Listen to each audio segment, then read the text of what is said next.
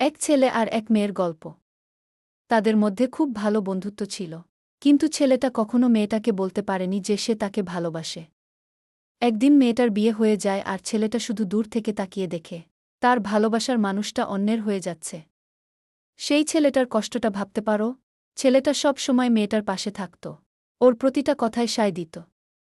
মেয়েটা ভাবত এটা শুধুই বন্ধুত্ব, কিন্তু ছেলেটার মনে ছিল একরাশ ভালোবাসা, যা সে কখনো মুখে বলতে পারেনি। একদিন মেয়েটার বিয়ে ঠিক হল।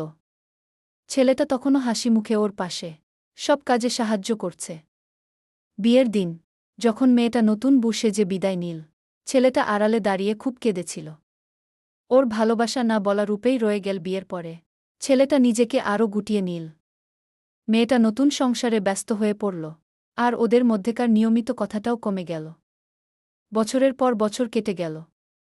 ছেলেটা দূর থেকে দেখত মেয়েটা সুখী আছে, আর সেটাই ওকে শান্তি দিত। ওর ভালোবাসাটা বুকের ভেতরেই চিরকাল গোপন রয়ে গেল। কেমন লাগল?